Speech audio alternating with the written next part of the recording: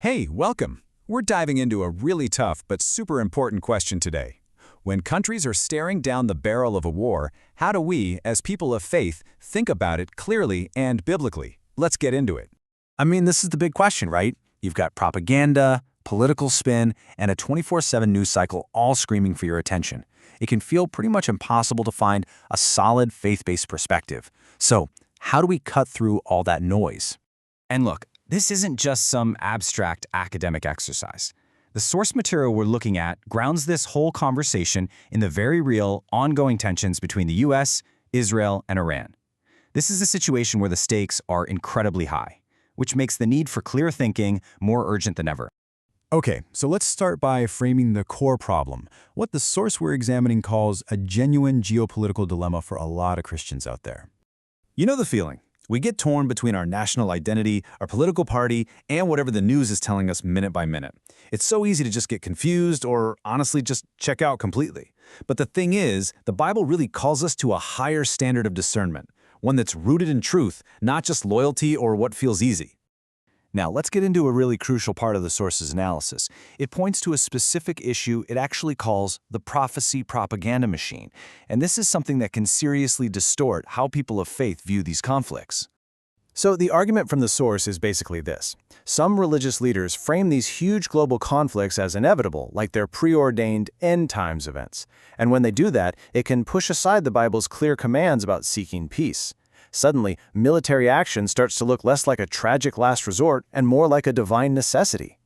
And the source isn't just speaking in generalities here. It actually names specific examples. It points to influential figures like John Hagee, Greg Laurie, and Jack Hibbs, who it says have framed the conflict with Iran through this kind of prophetic lens, using their platforms to push for very specific, hardline political and military actions. So what happens? Well, when you fuse that kind of spiritual authority with a political agenda, it becomes incredibly powerful. The source argues that millions of believers might end up supporting really complex foreign policies, not because they've carefully weighed the evidence themselves, but because they've been told it's biblical. Okay, so if that's the problem, then what's the solution? Well, the source proposes a really clear three-step biblical framework to help us think more carefully and more faithfully about all this. And here it is. It's a simple process, but it's really powerful. First, you establish what the non-negotiable biblical principles are. Second, you critically and humbly examine all the evidence you can find. And third, you integrate those two things to form a judgment. See, it's a tool for discernment, not some kind of political cheat sheet.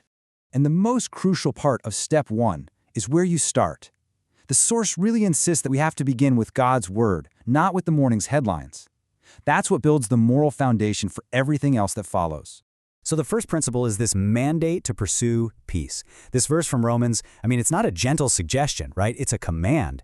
Peace should be our default posture, the thing we are relentlessly chasing in any and every situation. And then there's this. This might just be the most challenging command of all. Jesus' call to love our enemies directly confronts any narrative that tries to demonize an entire nation or a whole group of people. This principle forces you to see the humanity in the very people you might be told to hate. Okay, now for step two. After we've laid that biblical foundation, we have to become careful investigators of the facts. And that means questioning everything. Who is telling this story? What are their motives? And here's a big one. Are we applying the same standard of judgment to our own country that we're applying to others? The source uses the Iran nuclear deal as a perfect case study for this. The dominant story often frames Iran as the sole aggressor, but a critical look at the evidence, like what's laid out here, really complicates that story. It points out that Iran was actually complying with the deal until the US pulled out, and that Iran hasn't invaded another country in centuries. Now, the point here isn't to defend Iran, but to show that the simple narrative we often get is, well, it's often incomplete. All right, so we've got our principles and we've examined the evidence. Now it's time for step three, putting it all together to make a judgment. Let's see how this framework actually works in a real-world scenario. This slide really walks us through the logic. So imagine a scenario where an attack on Iran is launched while peace talks are underway. We ask, does that line up with the biblical call to seek peace? The source says no, it totally fails the last resort test. Is it being done in good faith? No way, it implies deception. Does it value human life? Well, that's highly doubtful. especially given the huge risk of escalation and civilian harm. So when you actually apply the framework, the conclusion is pretty clear. An action like this would be deeply morally problematic. Now, the source is quick to add that leaders face incredibly complex decisions, and we don't always have all the information. Of course not. But based on these principles and the available evidence, just reflexively supporting that action would be totally inconsistent with a biblical worldview.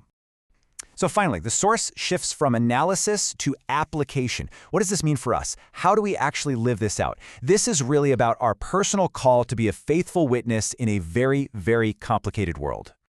And that brings us to these common traps we all need to avoid. First, nationalist idolatry, giving our ultimate loyalty to a country over God.